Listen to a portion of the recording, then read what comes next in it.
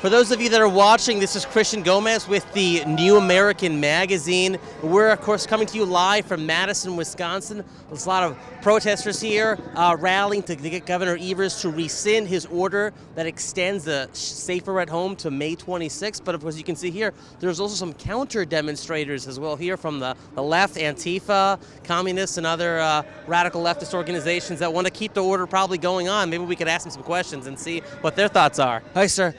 Sir, so what are your thoughts about all these protesters here today asking the governor to rescind this order?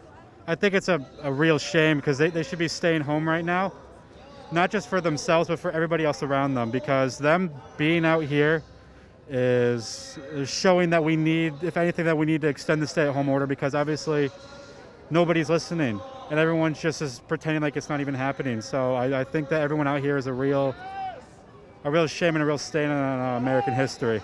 So you think Governor Evers should extend the order even beyond May 26th because of everyone that's here today? I got a feeling that it's most likely going to end up happening just showing that everybody's here, because it's happened before in other states where they have extended their stay at home just because everybody keeps going out. So if everyone were to stay home and show that they can handle, a year gone of their life, then I think that it would be a lot better. But no, everyone out here is imagining that there's a dictatorship and that we're being forced to do things that we don't want to do, but it's really for everybody's safety. So what are your thoughts about countries like Sweden, where they haven't imposed a shelter at home, a stay at home order, and their businesses are open, people are still going out? Even in South Dakota, their governor has not issued an order like this. What are your thoughts about those places where they're allowing people to continue life as normal? Do you think that's a mistake?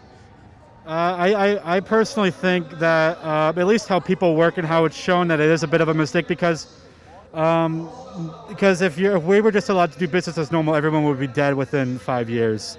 And we just need to have people stay at home just for their safety and everybody else's safety. So I do think it is a bit of a shame that other states and countries have not put a shelter-in-place order yet, but I hope that they will soon. Did you hear about the study that was done? There was an antibody blood test that were conducted in Santa Clara County, California, and Los Angeles County in early April, and it turns out that more people than what they thought had the coronavirus but didn't have any symptoms. So what are your thoughts about the possibility of the disease? Like some are saying, let it take its course and then we build an immunity to it and it won't be that bad later on. Do you think it's crazy, or do you think that maybe there's some merit to that should be explored as well? I think it's complete crazy because everyone's going to die. Or if not, look at stuff that's happened hundreds of years ago, like the bubonic plague. 1/3 of Europe's population was wiped out. They didn't have any science or anything like that. So unless we want 1/3 of even just the U.S.'s population wiped out just to save ourselves is unreasonable.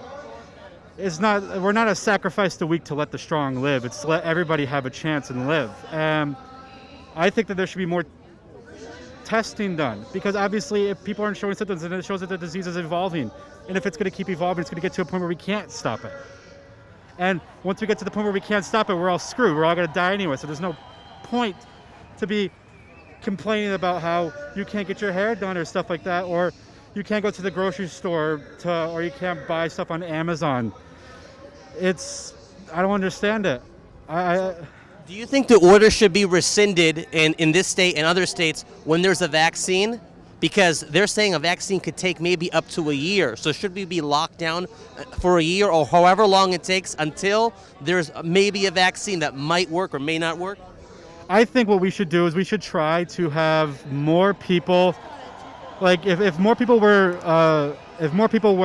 like staying at home and doing self-quarantine and stuff like that, then I think that it would be I would think it'd be fine to reopen some places, like maybe not essential places, but like I don't know. I guess I can't think of it on the top of my head, but just like to kind of slowly reopen some more places. But since it's obviously not working, I think we should stay in a shelter in place until people get it through their heads that it's not going to magically go away. If they put their hands together and they kneel and they pray and hope and say, all that crap, like stuff like that. So I think that if anything, that it should at least stay in place until we're sure enough that a vaccine will be on the way.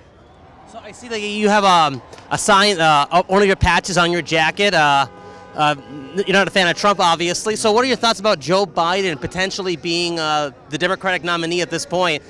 He's not much better. I mean, your choices right now are a fascist dictator / rapist or just a rapist. So I mean, your choices are not very good.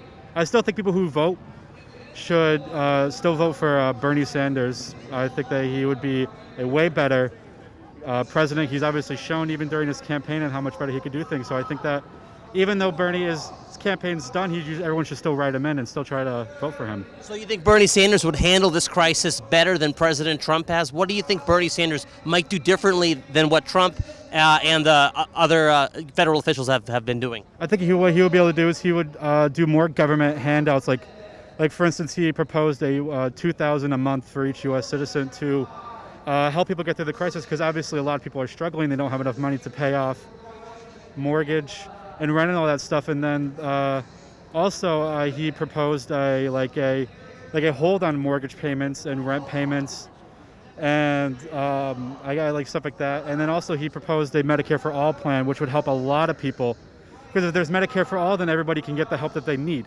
But if there's Medicare for people who can afford it, then it's not going to help, because if no one can afford it, because everything's closed, then no one's going to be safe. Okay, thank you so much. Have a great day. Take care. Stay healthy.